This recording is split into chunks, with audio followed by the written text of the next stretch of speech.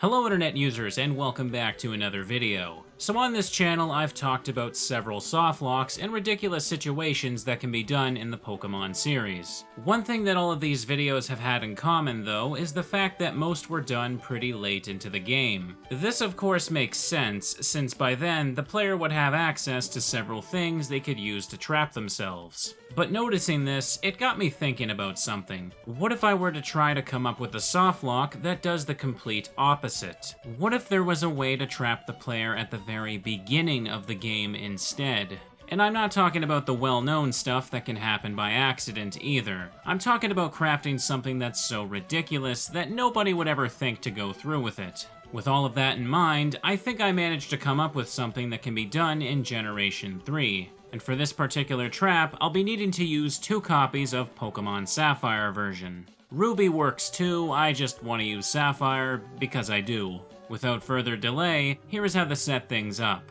Number 1, play until you reach Route 116. Pretty straightforward. On the first cartridge after starting a new game, you just need to play as you normally would until you get to this area. Number 2, catch a Nincada. This route is where the player is first able to capture a Nincada. As I'm sure you can tell from the fact that Shedinja is in the thumbnail, our next goal here is going to be to evolve it, which brings us to the next grueling step. Number 3, carefully train Nincada to level 25. Yes, you heard me correctly, I said level 25. Nincada actually evolves at level 20, but in order to do this correctly, we want it to be 25. As you grind, you need to be very mindful of Nincada's moves. Be absolutely sure that when it learns new moves, you're replacing everything that is able to knock out an opposing Pokemon. When you finally do reach level 25 with Nincada, it will learn the move False Swipe. Shedinja does not have access to this, so this is the reason we delay its evolution. At this point, we can now let it evolve. Nincada is very unique as it actually evolves into 2 Pokemon at the same time. Although the animation may show a Ninjask, in our party we will have also gained the ultimate gimmick Pokemon, Shedinja. Shedinja will of course inherit all of the moves that Nincada had. If everything was done correctly, it should know the following: Harden, Sand Attack, Mind Reader, and False Swipe. As you can see, after all of this hard work, we've gained a Pokemon that cannot knock out an opponent. So what do we do next? Number 4, trade Shedinja to a new save file. On the second Sapphire cartridge, we're going to prepare the save file that will actually be getting softlocked. And on this new file, we need to play to the point where you are able to trade with another game. The only requirements for this are to obtain the Pokédex and to have at least 2 Pokemon in the party. Once done, send the Shedinja over. And now for the final step.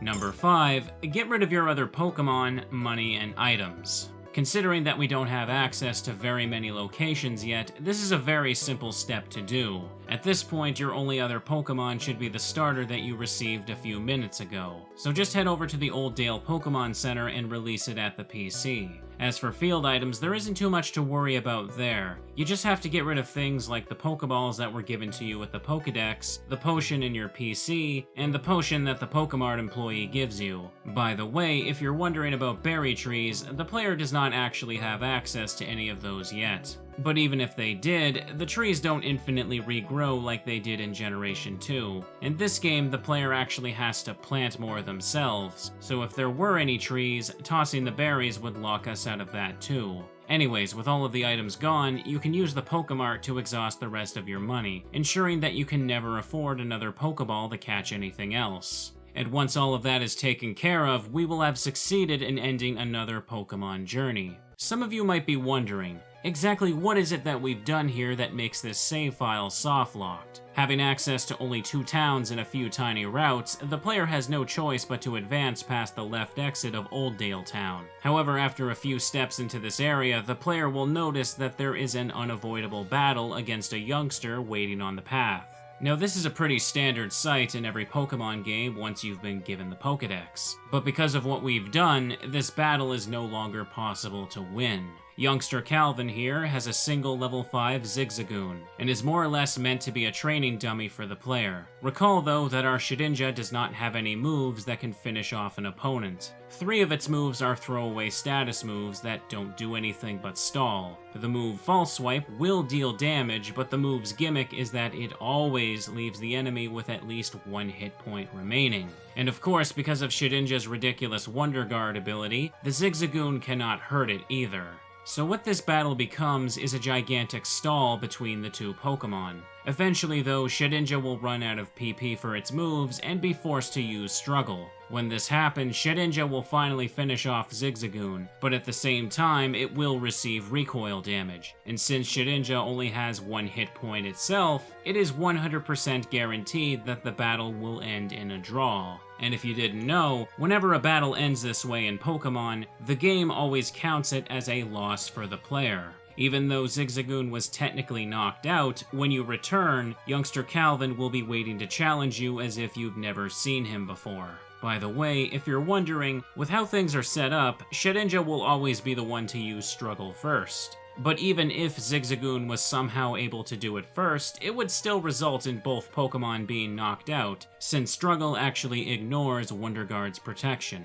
And again, you have to battle this kid. There is no way to move forward without first defeating him. Now at this point, you might also be asking, what if I grind off of wild Pokemon until Shedinja learns a new move? Well, if you didn't already notice, knocking out an opponent while knocking out yourself means that you don't get any EXP for the battle. And again, it doesn't matter who attacked or who received recoil either. So not only does this trap prevent you from defeating the literal weakest trainer in the entire game, it also prevents you from being able to take out a single wild Pokemon. We haven't just taken away the ability to win battles, but also the ability to properly lose them too. You are now stuck in a never-ending loop of everything resulting in a draw. And it should probably go without saying, but there is no way to replace any of Shedinja's moves either. This save file has only gone as far as completing the tutorial, so there isn't a single TM or HM the player can get their hands on right now. You also can no longer trade with another game, since Shedinja is the only Pokemon that you own and cannot capture another one to meet the requirement of 2.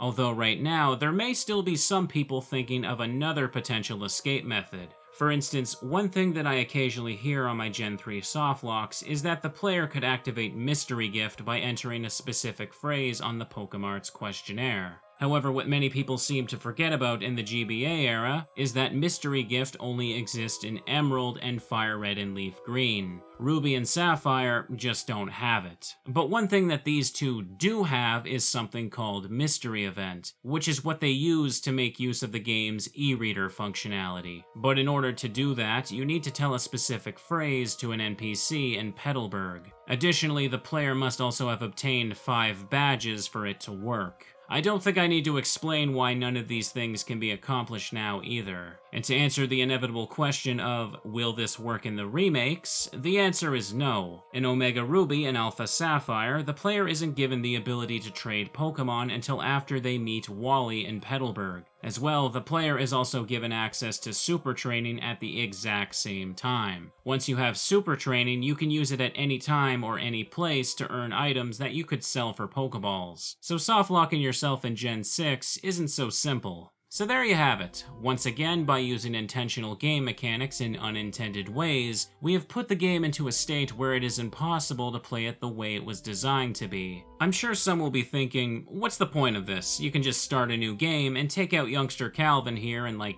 10 minutes. And you're absolutely right. Since we're at the start, even if there was some kind of elaborate escape method, nobody would ever bother to do it. But the point of this setup is that you can do it. Before they get released, games go through a lot of testing to make sure that stuff like this can never happen, whether it's accidental or intentional. This was especially the case back in the days where you couldn't just fix it with an online patch. With this particular video, I also really wanted to find out just how early I could cause a softlock to happen. And I don't think it gets much earlier than this. The game that raises the Shedinja doesn't even need to get the first badge either. It's also kind of funny how all of this is only possible because Game Freak decided that you need to have at least 2 Pokemon to trade, a measure that was supposed to prevent this exact kind of stuff from happening. And as you can see from some of my other videos, that was a decision that really worked out well for them. But that's going to be it for this video. My name is Picaspri, and thanks for watching.